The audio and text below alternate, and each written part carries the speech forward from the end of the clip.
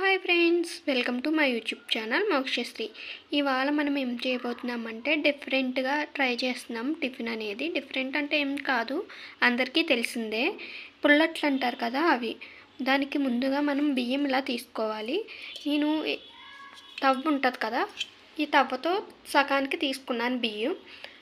అలాగే మజ్జిగ కూడా ఉండాలి మనకి. గట్టి మజ్జిగ కాదు, చిలుకుతాం కదా పల్చని మజ్జిగ. ఆ మజ్జిగ నేను ఈ లోటాతో సగం కన్నా కొంచెం ఎక్కువ తీసుకున్నాను అనమాట.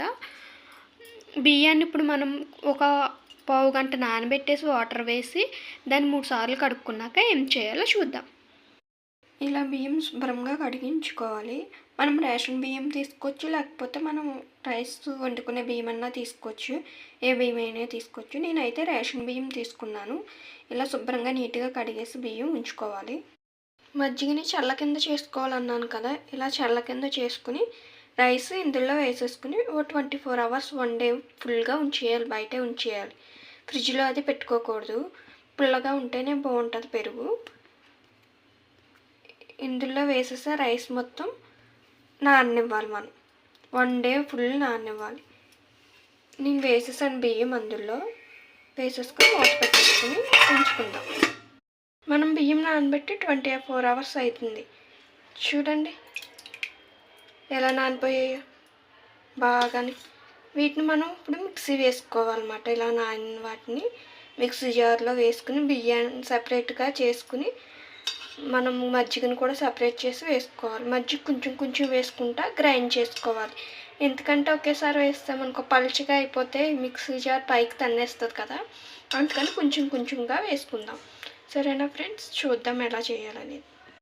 ఇలా మొత్తం రైస్ మిక్సీ జార్లోకి తీసేసుకున్నాం మనం. అలాగే మజ్జిగ కూడా ఇక్కడ పెట్టుకున్నాం. చూడండి కొంచెం కొంచెం వేసుకుంటా మజ్జిగని గ్రైండ్ చేసుకుందాము. సరేనా, ఇది ఒకసారి గ్రైండ్ చేసి చూపిస్తాను మీకు. చూసారా మనం మజ్జిగ వేయకుండానే ఎంత పలుచగా ఉందో. మనం మజ్జిగ పక్కన పెట్టిన మజ్జిగ కూడా అదిగోండి, నేను వేయలేదు. ఓన్లీ రైస్ సపరేట్ చేసి వేసిన మజ్జిగతోనే మనకి ఇలా వచ్చింది చిక్కగా, కొంచెం పలుచగా అన్నట్టు. అందుకే మొత్తం మజ్జిగ వేయకూడదు అని అన్నాను నేను. ఇప్పుడు మనం ఇందులో కొంచెం మజ్జిగ యాడ్ చేసుకుని మళ్ళీ గ్రైండ్ చేసుకుందాం.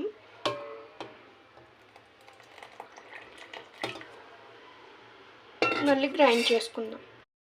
చూసారా ఎంత మెత్తగా అయిందో. ఇలా మెత్తగా గ్రైండ్ చేసుకోవాలి. బియ్యం మొత్తం మనకి బాగా మెత్తగా గ్రైండ్ అయిపోవాలి. ఈ మిశ్రమాన్ని ఇప్పుడు మనం ఒక బౌల్లోకి తీసుకుందాం. ఇది మనకి బాగా పల్చగా అయిపోయింది కదా, మనకి అట్టులు రావు ఇలా ఉంటేనే. నాకు కొంచెం పెరుగు అయితే ఎక్కువైంది, అందుకని నేను ఇందులో గోధుమ పిండి కలుపుకుంటున్నాను. మనం కావాలంటే మైదా కూడా కలుపుకోవచ్చు ఇందులో. మైదా అంటే మంచిది కాదు కదా అంతా, అందుకని నేను గోధుమ పిండి వేస్తూ కలుపుతున్నాను. అట్లు మనకి వేస్తే ఎలా ఉంటుందో కన్సిస్టెన్సీ అలా కలుపుకోవాలి. గోధుమ పిండి వేసుకుని కొంచెం కొంచెంగా. ఉండలు కడుతుంది కదా, గమ్ముని త్వరగా కలుపుకోవాలి. ఉండలు అది కట్టకుండా కలుపుకోవాలన్నమాట. ఇలా కలుపుతూ ఉండాలి. కలుపుతూ ఉంటే మనకి ఉండలు కట్టకుండా ఉంటుంది అన్నమాట. ఇలా మొత్తం అంతా కలిసేలాగా కలుపుకోవాలి, ఉండలు కట్టకుండా. ఇలా పిండి మొత్తం ఉండలు లేకుండా బాగా కలుపుకోవాలి. మనం ఉండలు కట్టకుండా చూసుకోవాలి. ఇలా బాగా కలుపుకున్నాం కదా, ఇందులోకి మనం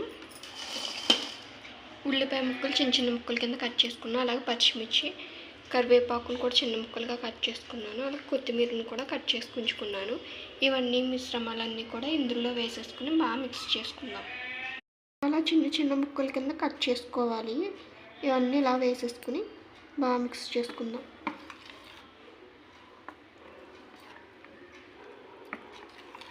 ఇలా బాగా మిక్స్ చేసుకుని అట్లు వేసుకోవడమే.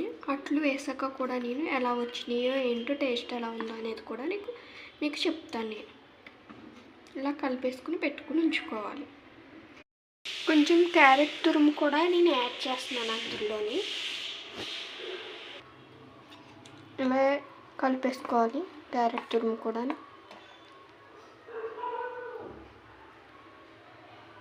బాగా మిక్స్ అయ్యేలా.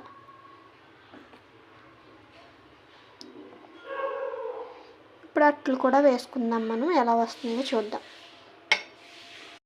టేస్ట్కి తగ్గ ఉప్పు కూడా యాడ్ చేసుకుందాం.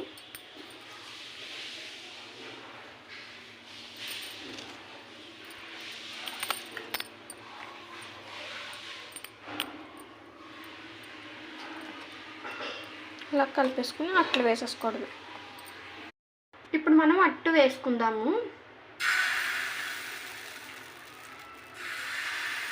ఇలా 2 గరిటెలు వేసుకుని చూడండి ఎలా వస్తుందో అట్టు.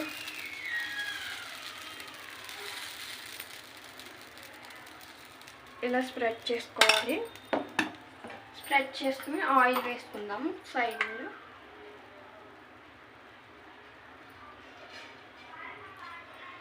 ఆయిల్ వేసుకుందాం ఇలా. అది వేగిన తర్వాత టర్న్ చేసి చూపిస్తాను మీకు మళ్ళీ. చూడండి టర్న్ చేస్తున్నాను నేను. టర్న్ చేసాక కూడా మనం ఒకసారి చూద్దాం ఎలా వచ్చిందనేది. చూడండి ఇలా అయితే సరిపోతుంది. దీన్ని ఇప్పుడు తీసుకుని మనం సర్వింగ్ ప్లేట్లోకి తీసేసుకుందాం. ఈ విధంగా అన్ని అట్లు అనేవి వేసుకోవాలి. ఓకే ఫ్రెండ్స్, మీకు కనుక ఈ వీడియో నచ్చితే లైక్ చేయండి, షేర్ చేయండి, అలాగే సబ్స్క్రైబ్ చేయండి. పక్కనే ఉన్న బెల్ ఐకాన్ క్లిక్ చేయండి. మీరు కూడా ఒకసారి ఇలా ట్రై చేయండి. టేస్ట్ అయితే చాలా బాగుంది. పుల్లగా ఉంది. మజ్జిగ బయట పెట్టాం కదా, చాలా బాగుంది టేస్ట్ అది. ఒకసారి ట్రై చేసి మీరు కూడా కామెంట్ రూపంలో కామెంట్ చేయండి ఎలా వచ్చిందనేది.